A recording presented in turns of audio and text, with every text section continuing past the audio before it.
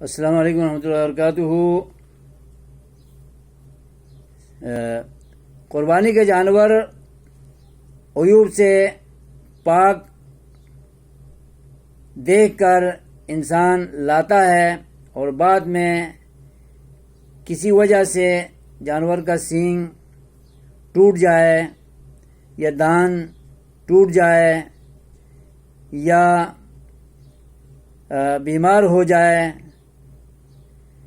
تو کیا اس کو قربانی میں ذبح کیا جا سکتا ہے؟ قربانی میں کفایت کرے گا نہیں کرے گا؟